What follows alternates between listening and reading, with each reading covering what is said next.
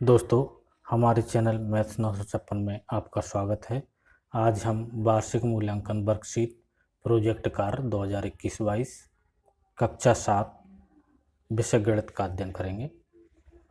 इसमें छात्र, विद्यार्थी का नाम, पिता का नाम, कक्षा, शाला का नाम दर्ज करेगा और इस प्रोजेक्ट कार्य में 2 प्रश्न दिए गए हैं जो 20-20 अंक के हैं। कुल 40 अंक का प्रोजेक्ट कार्य है। इसमें पहला जो प्रोजेक्ट दिया गया है, प्रश्न दिया गया है, उसमें आपका है आपके घर में समतल पृष्ठ वाली बहुत सी वस्तुएं उपलब्ध हैं। उनके नाम लिखकर उनकी लंबाई और चौड़ाई मापकर क्षेत्रफल ज्ञात करना है और सारणी में लिखिए कम से कम 5 वस्तुओं के। तो इसमें जो वस्तुओं के नाम लिखे गए हैं उनकी लंबाई और चौड़ाई छात्र को ज्ञात करना है, नापना है और उसका क्षेत्रफल निकालना है। तो आयत का क्षेत्रफल होता है लंबाई गुणा चौड़ाई बराबर उसका क्षेत्रफल होता है। तो जैसे मेज का क्षेत्रफल लंबाई है 60 सेंटीमीटर, चौड़ाई है 40 सेंटीमीटर, तो क्षेत्रफल हुआ उसका 2400 वर्ग सेंटीमीटर। इसी प्रकार पुस्तक का 30 सेंटीमीटर लंबाई है, 20 सेंटीमीटर चौड़ाई है, तो इसका क्षेत्रफल हुआ 600 वर्ग सेंटीमीटर। इसी प्रकार मोबाइल का क्षेत्रफल 105 वर्ग सेंटीमीटर, माचिस के डिब्बी का क्षेत्रफल 24 वर्ग सेंटीमीटर। इस प्रकार से इन सभी का क्षेत्रफल निकालना है। क्षेत्रफल निकालने के बाद में कुछ प्रश्न दिए गए हैं नीचे, वो सारणी के आधार पर उनका उत्तर देना है। जैसे इसमें पहला प्रश्न है, किस वस्तु का क्षेत्रफल सबसे अधिक है? तो इस सारणी के अनुसार अलमारी का क्षेत्रफल सबसे अधिक है। दूसरा प्रश्न है, दी गई वस्तुओं में सबसे कम क्षेत्रफल वाली वस्तु का नाम व क्षेत्रफल लिखिए। तो सबसे कम बिस्कुट का क्षेत्रफल है जो सिर्फ 15 वर्ग सेंटीमीटर है।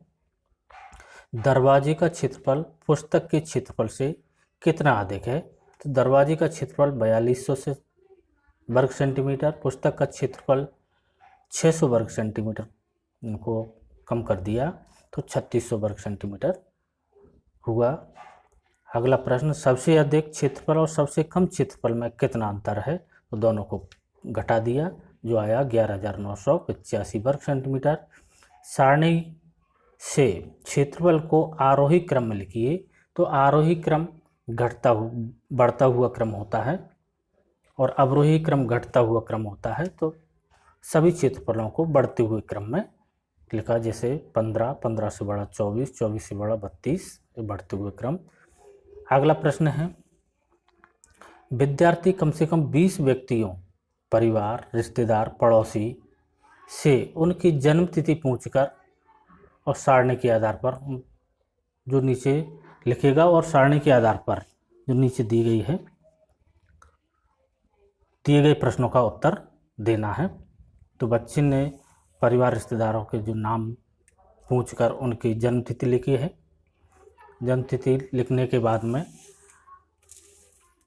सभी की जन्मतिथि लिखने के बाद में अपनी सुविधा अनुसार छात्र एक तरफ उनकी उम्र या वर्षों में लिख लेंगे, जिससे छात्रों को सुविधा होगी। अब इसके नीचे जो प्रश्न दिए गए हैं उन प्रश्नों का उत्तर देना है। जैसे सबसे पहला प्रश्न है, परिवार में सबसे बड़े सदस्य की आयु कितनी है? तो इस सारणी के अनुसार परिवार में सबसे बड़े सदस्य की आयु 82 वर्ष है, जो दादाजी की है। दूसरा प्रश्न, किन किन सदस्यों का जन्म समान माह में हुआ है? तो इसमें रामदास, बाबू, भारती, रिवल सिंह और मालती, इनका जन्म समान माह में हुआ है। अगला प्रश्न है, परिवार के कितने सदस्यों को मत देने का अधिकार है? तो मत देने का अधिकार 18 वर्ष से प्राप्त होता है, जो 18 वर्ष की आयु पूर्ण कर लेता है। तो 18 वर्ष से जो आयु से अधिक आयु वाले जो सदस्य हैं उनकी संख्या है इस सारणी के अनुसार 16। परिवार में सबसे छोटे सदस्य की आयु कितनी है? तो सबसे छोटे सदस्य की आयु है 8 वर्ष। इस प्रकार से इसमें जो प्रश्न दिए गए हैं उन सभी प्रश्नों के उत्तर देना है। जैसे अगला 5वां प्रश्न है, सबसे बड़े सदस्य और सबसे छोटे सदस्य की आयु में कितना अंतर है? तो सबसे बड़े सदस्य की आयु है 82, छोटे सदस्य की है 8 वर्ष और उनको अंतर कितना हुआ? 74 वर्ष का। अगला प्रश्न, मार्च 2021 को आप अपनी आयु की गणना कर पूर्ण वर्षों में लिखें। तो पूर्ण वर्षों में आयु मान लो 20 वर्ष आई। कितने सदस्यों की आयु 25 वर्ष से अधिक है? तो 12। कितने सदस्यों की आयु 60 वर्ष से अधिक है? 2। कितने सदस्य 18 वर्ष की आयु से कम के हैं? तो 4।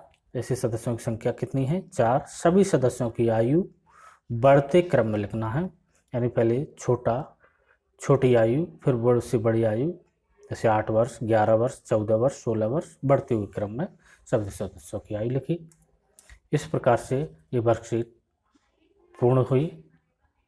बच्चों को आशा करता हूँ बच्चों को समझ में आएगी। अपने बच्चों को देखिए, कुछ ज्ञान प्राप्त होगा। धन्यवाद।